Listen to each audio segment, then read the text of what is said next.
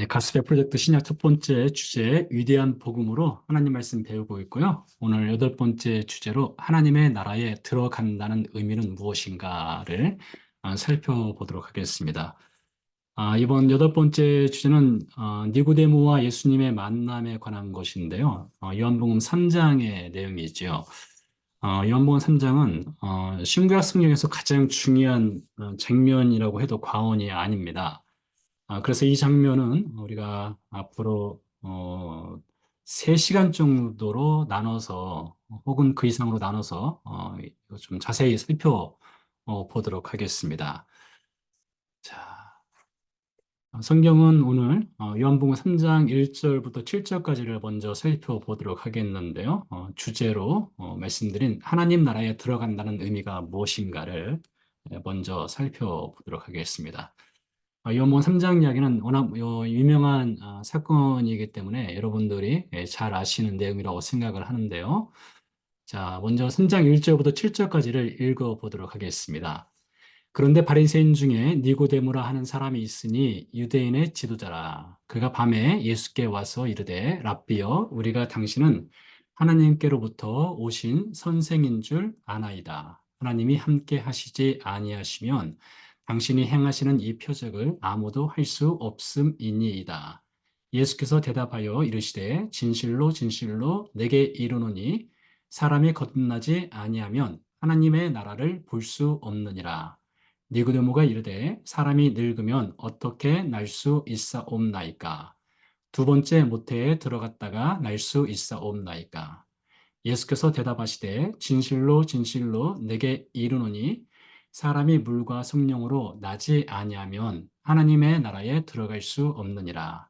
육으로 난 것은 육이요 영으로 난 것은 영이니 내가 네게 거듭나야 하겠다 하는 말을 놀랍게 여기지 말라. 자, 오늘 말씀에서 니고데모가 예수님을 밤에 찾아오게 되는데요. 그는 바리새인으로 소개를 하고 있고요. 그리고 유대인의 지도자라고 되어 있습니다. 유대인의 지도자란 말은 그가 정치인이란 말이 되겠죠. 그리고 바리새인이라고 하는 것은 그 당시 이스라엘 전체적으로 대략 한 6천 명 정도 바리새인이었는데요. 율법에 충실한 사람들이 되겠습니다. 예수님을 니고데모가 만난 현장은 아마 예루살렘이었던 것으로 추정할 수가 있겠고요. 밤에 그가 예수님을 찾아오게 됩니다. 찾아와서 예수님께 이제 질문을 하고 싶었던 내용이 있었겠죠.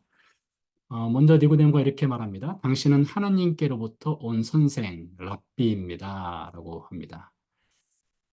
하나님께로부터 왔다라는 말은 이제 예수님이 무엇인가 특별한 존재이다. 이런 마음을 갖고 이렇게 말을 한 것으로 생각할 수가 있겠는데요. 왜 그런가 하면 니고데모가 본 것이 있습니다.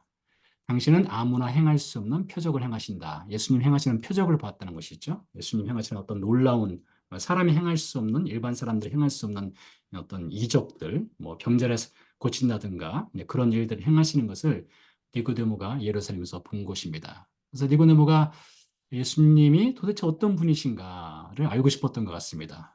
그가 랍비라고 불렀지만 예수님은 랍비 이상의 그 무엇 어떤 존재가 아닌가라는 생각을 갖고 와서 예수여 당신은 누구십니까? 라고 물었습니다. 그러면 예수님이 나는 누구이다 뭐 이렇게 말씀하시면 좋을 것 같은데 그렇게 하지 않습니다. 우리가 요한복음에 보면은 예수님이 I am이라는 말을 많이 쓰거든요. I am 나는 무엇이다. 예를 들면 나는 문이다. 내가 곧 길이다. 내가 부활이다. 내가 생명이다. 예수님의 어떤 존재에 대한 말씀을 많이 하시거든요. 근데 여기에서 보면 예수여 당신은 누구십니까? 이런 니고데모의 질문에 나는 누구이다. 이렇게 말을 하지 않고 예수님이 다소 이 대화의 흐름을 완전히 끊어버리는 엉뚱한 말씀을 하시는 것을 볼 수가 있습니다. 이렇게 말씀하시죠. 거듭나지 않으면 하나님 나라를 볼 수 없다.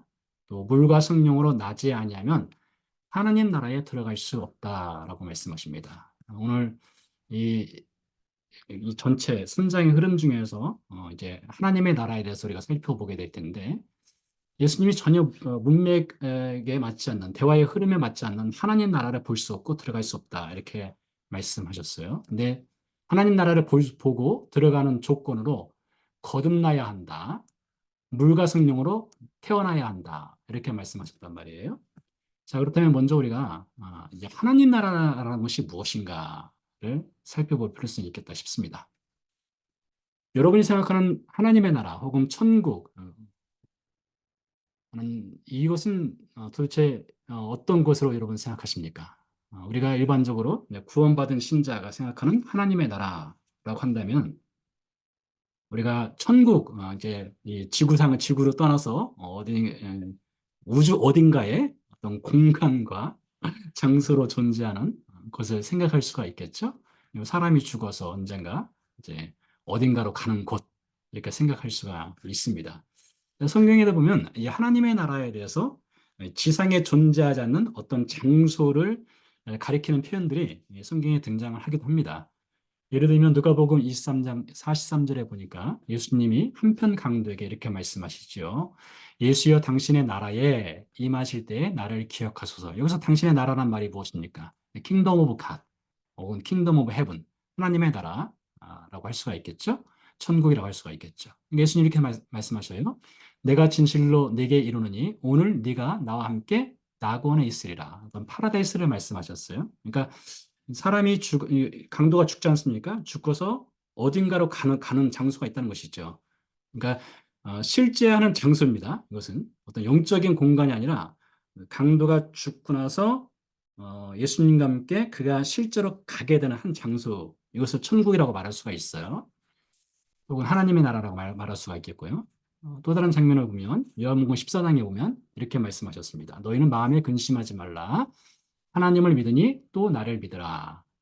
내 아버지 집에 거할 곳이 많도다. 여기서 내 아버지 집이 이 천국이라고 할 수가 있겠죠.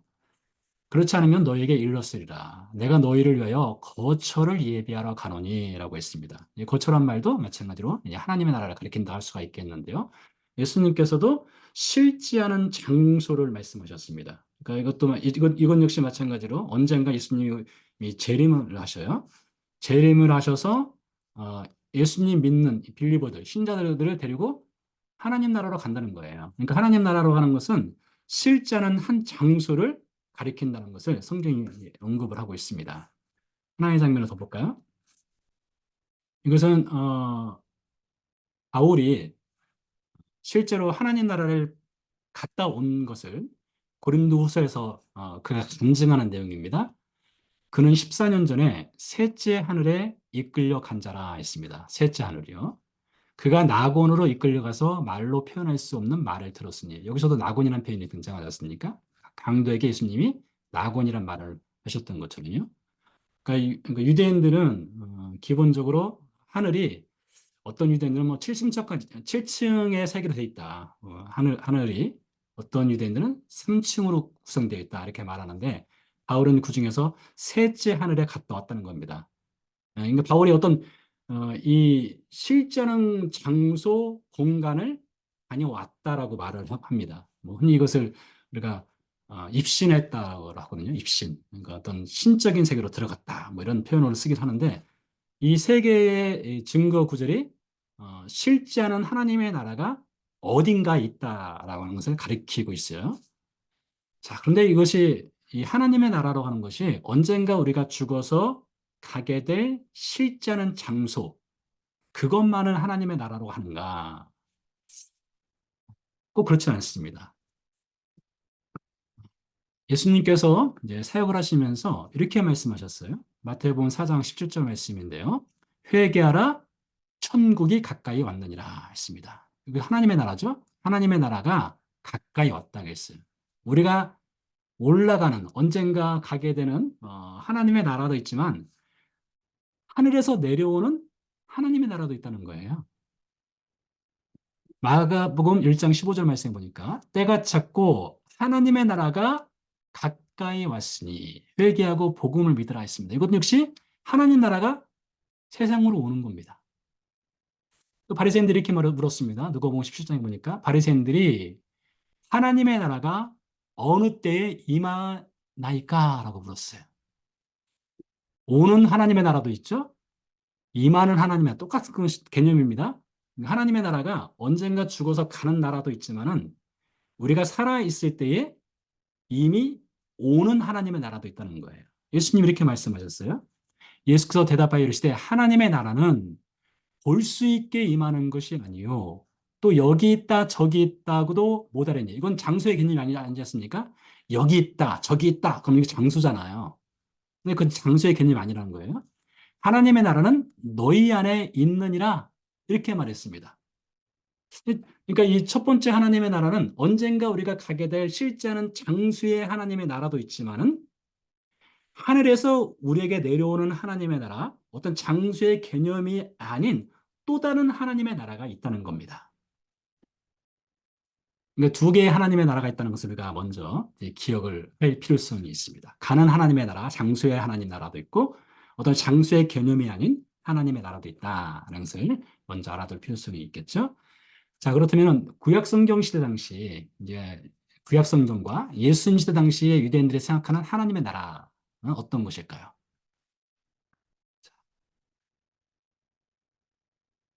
구약 성경에 뭐 이런 표현이 있습니다. 여호와께서 천하의 왕이 되시리니 이건 스가랴서 14장 9절 말씀인데요. 이 천하의 왕이란 말은 실제하는 이 세상을 다스리는 왕이 되신다는 거예요. 인간 세상을 다스리는 왕으로 하나님이 계신다. 이사야서 24장에도 보니까 이는 만군의 여호와께서 시온산과 예루살렘에서 왕이 되시고 그러니까 구약 성경 시대 당시에 하나님의 나라라는 개념 어떤 개념인가 하면 우리가 죽어서 가는 하나님의 나라 이런 개념보다는 하나님의 실제로 세상 가운데 오셔서 하나님의 통치하심이 있는 나라 이것을 하나님의 나라라고 하는 개념으로 갖고 있었다는 거예요. 하나님이 실제로 통치하는 하나님의 나라. 자, 이제 구약성경의 기본적인 개념입니다. 자, 그러면 이스라엘 백성들은 하나님이 통치하는 하나님의 나라라고 하는 것에 이스라엘 백성들이 그 하나님의 통치를 받는 백성의 삶을 살아가는데 어떤 통치를 받느냐? 출애굽기 19장으로 가면 이런 말씀이 있습니다. 여러분, 출애굽기 19장 굉장히 중요한 말씀인데요. 출애굽기 19장에는 이스라엘 백성들이 호렙산에 도착을 합니다. 혹은 시내산에 도착을 해요. 하나님의 산이라고 말하기도 하고요. 이때 하나님께서 모세를 시내산 정상으로 부르십니다. 그리고 무엇을 주실까요? 하나님의 율법을 주셔요. 하나님의 율법을 주시고 그 율법을 가지고 모세가 산 아래로 내려오죠. 내려와서 이스라엘 백성들에게 하나님의 율법을 가르칩니다. 전달합니다. 그래서 이스라엘 백성들은 하나님의 나라라고 하는 것은 이스라엘 백성들에게 어떤 개념이 있는가 하면 하나님의 율법을 받아서 하나님의 율법을 지키는 삶, 하나님의 다스림 아래 율법대로 순종하는 삶, 이것이 하나님 나라의 삶이란 거예요. 하나님 나라의 삶. 그래서 이스라엘 백성들은 율법의 멍에라고 부릅니다. 전문적인 용어로요. 율법이라고 하는 멍에, 요크라고 하죠. 율법이라고 하는 멍에를 짊어지고 그들이 하나님 말씀을 율법을 따라서 율법을 지키며 순종하여 사는 삶. 이것이 하나님의 통치가 있는 하나님 나라의 삶이라고 하는 거예요. 근데 그러고 보면 이스라엘 구약 성경에서 가르치는 하나님의 나라는 저 천상의 어떤 세계의 그런 개념도 분명히 있어요. 구약 성경에. 근데 그런 개념보다는 사람이 세상에 살아가는 동안에 하나님의 말씀대로 살아가는 그 삶이 하나님 나라가 세상 가운데 이루어지고 하나님의 통치가 있는 삶으로 받아들였다는 거예요. 자, 그런데요. 이 출애굽기 19장이 제가 중요하다고 말씀드렸는데 왜 중요한가 하면 이 순서 때문에 중요하다는 것입니다. 하나님께서 율법을 출애굽기 19장에서 주시거든요. 출애굽기 19장에서 율법을 주셔요. 근데 율법을 주시기 전에 어떤 사건이 있었느냐? 이것을 봐야 됩니다. 자, 우리가 출애굽기를 보면은 6월절에 출애굽기 12장에서 있습니다. 그리고 13장에서 이스라엘 백성들이 홍해를 건넙니다. 시내산에 19장에 도착을 합니다. 근데 여러분 보세요. 제 제목을 이렇게 달았습니다. 무조건적인 은혜가 이끄는 순종의 삶이라고 제목을 달았어요. 하나님께서 하나님의 다스림, 하나님의 통치가 있는 하나님의 말씀에 순종하여 사는 삶을 살아가기 전에 먼저 무엇을 주시느냐? 구원의 은혜를 주셔요. 유월절이 어떤 은혜입니까? 이스라엘 백성들을 애굽에서 출애굽시키기 전에 그들에게 구원의 은혜를 베풀어 주신 것이죠. 이 구원의 은혜를 받고 홍해를 건너서 시내산에 도착을 하게 된 것입니다. 그러니까 그레이스, 은혜가 먼저입니다. 항상. 은혜가 먼저이고 그 다음에 이어서 율법의 오베이, 순종해서 사는 삶이에요. 그러니까 하나님 나라의 통치를 받는 백성의 삶이라고 하는 것은 은혜를 먼저 받고, 무조건적인 은혜를 먼저 받고, 은혜 받은 것에 힘에 의해서 하나님 말씀에 순종해서 사는 삶으로 들어가는 것이에요. 이것이 하나님 나라의 통치를 받는 사람의 삶이라는 것입니다. 자, 그런데 문제가 발생했습니다. 어떤 문제가 발생하냐면 이것이 업사이드 다운 된 거예요. 이 역사의 이스라엘 백성들의 그 구약 성경 시대 당시에 역사의 흐름 가운데 이게 순서가 완전히 뒤죽박죽 돼 버렸습니다. 바뀌어 버렸어요. 어떻게 바뀌었느냐? 이렇게 바뀌어 버렸어요. 율법에 대한 절대적인 순종으로 얻으려 하는 은혜로 바뀌어 버렸습니다. 위에서 뭡니까? 무조건적인 은혜가 이끄는 순종의 삶이거든요. 근데 밑에서는 율법에 대한 절대적인 순종으로 얻으려 하는 은혜. 율법에 순종해야 은혜를 받을 수 있다. 이렇게 순서가 바뀌어 버린 거예요. 그래서 이스라엘 역사의 그 흐름을 보면은 이스라엘 히스토리의 흐름을 보면 먼저 율법이 등장합니다. 율법을 지켜 순종하면 하나님의 은혜를 받는다. 달리 말하면 구원을 받는다. 이런 순서로 바뀌어 버리게 했어요. 그러니까 이게 역사의 흐름 가운데 이런 그러니까 인간의 노력과 의지와 율법 지킴이 하나님의 구원과 은혜를 이끌어낼 수 있다. 이렇게 바뀌어 버린 거예요. 이게 구약 성경의 이스라엘 백성들이 범한 큰 오류, 잘못이었죠. 근데 이것이 사실 그때뿐만 아니라 여러분 우리가 복음 메시지를 들을 때마다 사실 강조하는 것이 이겁니다. 은혜가 먼저인가? 행위가 먼저인가? 이것을 늘 강조하지 않습니까? 그러니까 성경은 항상 은혜가 먼저를 말하거든요. 출애굽기 19장에 율법이 있기 전에 유월절의 은혜가 있었고 홍해를 건너는 은혜가 있었고 그것이 순종의 삶으로 나아가도록 명을 하고 있는 거예요. 근데 사람은 정반대로 구원을 받으려고 해요. 사람의 어떤 액션, 디드, 행위를 가지고 순종하는 삶을 살면 하나님의 셀베이션, 하나님의 은혜, 그것을 받는 것으로 이렇게 나간다는 것이죠. 이것이 니고데모가 하고 있었던 문제였습니다. 니고데모는 하나님의 나라에 들어가야 한다. 들어가려면 예수님이, 물론 우리가 다음 시간에 좀 더 자세하게 살펴보겠지만, 하나님 나라에 들어가려면, 즉, 하나님의 통치를 받는 삶에 대해서 예수님이 말씀하시는데, 거듭나야 한다. 다시 태어나야 한다. 이렇게 말씀하셨어요. 근데 니고데모가 뭐라고 말합니까? 이렇게 말하고 있어요. 두 번째 모태에 들어갔다 나와야 합니까? 이게 아주 중요한 포인트예요. 이게 니고데모라고 하는 대표적인 인물을 통해서 일반적인 사람들이 생각하는 구원관을 말하고 있는 겁니다. 니고데모가 뭐라고 말합니까?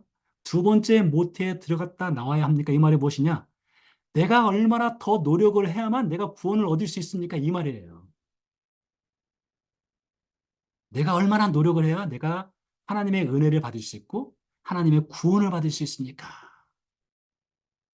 그러니까 사람이 하나님의 율법을 더 철저히 지키고 완벽하게 지키면 하나님의 그레이스 혹은 셀베이션, 은혜와 구원을 받을 수 있는 것으로 이렇게 여긴 거예요. 니고데모도요. 그래서 내가 두 번째 모태에 들어갔다 나와야 합니까? 이렇게 말을 하는 것이죠. 구약 성경 시대 당시에 이스라엘 백성들이 범했던 오해했던 은혜와 율법의 순서를 니고데모도 똑같이 범하고 있는 것이지요. 예수님께서 다시 한번 말씀하시죠. 사람은 물과 성령으로 다시 태어나야만 하나님 나라에 들어갈 수 있다. 그래서 하나님 나라에 들어간다는 말은 천국 가는 것도 하나님의 나라에 들어가는 개념이 되겠지만 하나님의 통치를 받는 삶을 살아갈 수 있다. 예수님의 말씀은 반복돼요. 거듭나야만 물과 성령으로 태어나야만 하나님 나라 어떤 그 공간과 시간, 공간과 장소의 개념이 있는 그 하나님의 나라도 갈 수 있지만은 거듭나야만 혹은 물과 성령으로 다시 태어나야만 이 땅에서도 하나님의 통치를 받는 삶을 살아갈 수 있다. 이렇게 말씀하셔요. 니고데모 어떻게 말하고 있고요? 내가 무엇을 해야만 하나님의 통치, 거듭남, 천국을 갈 수 있는가? 이것을 말하고 있고요. 정반대 이야기가 있는 것이죠. 근데 이것이 니고데모만의 문제가 아니란 것이에요. 오늘날 사실 어, 뭐 여러분들에게 많이 수없이 반복해서 말씀드리는 내용이기도 하지만은 많은 신자들이 오해하고 있는 것이 이 부분입니다. 이것을 순서를 1번으로 두는 거예요. 이것을 2번으로 두고요. 신의 산에서 출발해서 구원으로 나가는 사실 이거 다른 복음이거든요. 잘못된 복음이고 다른 복음입니다. 사람의 행위가 하나님의 구원을 이끌어낼 수 있다. 이런 잘못된 구원관을 갖고 있어요. 그러니까 내가 무엇을 해야만 하나님의 은혜를 받는 것처럼 어, 그렇게 생각을 하게 되죠. 그렇지 않다는 겁니다. 물론 이것은 좀 더 다음 시간에 더 자세히 살펴보도록 하겠습니다. 근데 바울도 그랬어요. 바울도 자신이 율법을 잘 지켜야만 하나님의 은혜와 구원을 받을 수 있는 것처럼 여겼던 적이 있었습니다. 그것이 빌립보서 3장에 나오거든요. 바울이 빌립보 3장에서 자신의 과거 이력을 이야기하죠. 보세요. 그러나 나도 육체를 신뢰할 만하며 만일 누구든지 다른 이가 육체를 신뢰할 것이 있는 줄로 생각하면 나는 더욱 그러하니라. 육체를 신뢰하다는 말이 무엇입니까? 내 힘으로 무엇을 할 수 있다는 거예요. 그러면서 이어서 말하죠. 내가 8일 만에 할례를 받고 이스라엘 족속이고 베냐민 집하고 히브리인 중에 히브리인이고 율법으로는 바리새인이요. 더 나가서 뭐라고 말합니까? 열심으로는 교회를 박해하고 율법의 의로는 흠이 없는 자라 했어요. 이 출애굽기 19장 얘기입니다.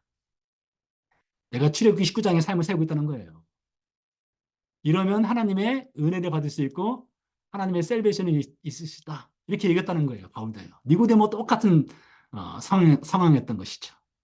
근데 말이 어떻게 바뀝니까? 그러나 무엇이든지 내게 유익하던 것을 내가 그리스도를 위하여 다 해로 여길 뿐더러 또한 모든 것을 해로 여김은 내 주 그리스도 예수를 아는 지식이 가장 고상하기 때문이라. 내가 그를 위하여 모든 것을 잃어버리고 배설물로 여김은 그리스도를 얻고 그 안에서 발견되려 함이니 내가 가진 의는 율법에서 난 것이 아니요. 이게 뭐예요? 내가 출애굽기 19장의 율법을 지켜서 내가 구원받는 줄 알았는데 이것이 아니구나. 이걸 말하는 거예요. 오직 그리스도를 믿음으로 말미암은 것이니 이게 무엇입니까? 거듭나야 되는구나. 물과 성령으로 나야 되는구나. 내 힘으로 은혜를 끌어낼 수 있는 것이 아니구나. 그리스도가 주시는구나. 그 은혜는 이것을 말하는 것이에요. 그래서 바울이 여기 이 빌립보 3장에서 바울이 깨달은 것이 무엇이냐? 예수 그리스도의 십자가 사건을 깨달은 거예요. 그 예수 그리스도의 십자가 사건은 하나님의 바울의 삶을 다스리는 것입니다. 천국 가는 것도 마찬가지지만 이 땅에서 지상에서 사는 삶 역시 하나님의 다스림이 있는 십자가 사건을 바울이 만든 거예요. 자, 근데 바울뿐만 아니라 보세요. 갈대아 우르를 아브라함이 떠났습니다. 애굽 땅을 이스라엘 백성들이 떠났고요. 가나안 땅으로 이스라엘 백성들이 들어갔고요. 예수님의 부르심을 제자, 신자인 우리가 다 받았습니다. 그러니까 아브라함이나 이스라엘 백성이나 우리나 똑같이 하나님이 부르셨어요. 하나님의 다스리심이 있는 삶으로 부르셨어요. 하나님의 다스리심이 있는 삶이요. 자, 이게 킹덤 오브 헤븐이라는 의미예요. 여러분, 킹덤 오브 헤븐이라는 것이 무엇이냐? 정리하면 이것입니다. 언젠가 우리가 죽어서 가는 실제적인 천국이 있어요. 그것도 천국도 우리가 킹덤 오브 헤븐, 하나님의 나라, 천국이라고 말할 수 있어요. 그러나 또 다른 것은 이 땅에 살아있을 때 천국, 하나님의 나라는 하나님이 나를 다스리는 삶입니다. 내 삶을 다스리고 통치하는 삶이에요. 이제 구원받은 백성에게는 이것이 있어야 되는 거예요. 하나님이 나의 삶을 다스리시는 거예요. 여러분, 오늘 우리가 정말 중요한 포인트는 현재의 삶입니다.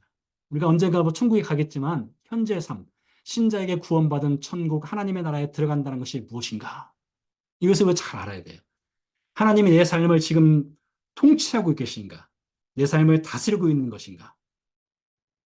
이것에 대해서 우리가 깊이 생각을 해봐야 됩니다. 하나를 갖고 와봤습니다. 실제적인 적용을 위해서요. 나의 말에 하나님의 통치, 하나님의 다스리심이 있는가? 구원받은 신자라면 하나님이 내가 말하는 것에 하나님의 다스리심이 있어야 돼요. 하나님의 통치가 있어야 됩니다. 이것이 하나님 나라를 살아가는 백성의 마땅한 생각인 거예요. 자, 다시 한번 정리하도록 하겠습니다.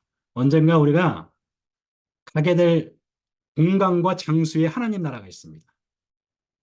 두 번째 하나님 나라는 우리가 세상에 살아가는 동안에 하나님이 나의 삶을 다스리고 통치하시는 하나님의 나라가 있습니다.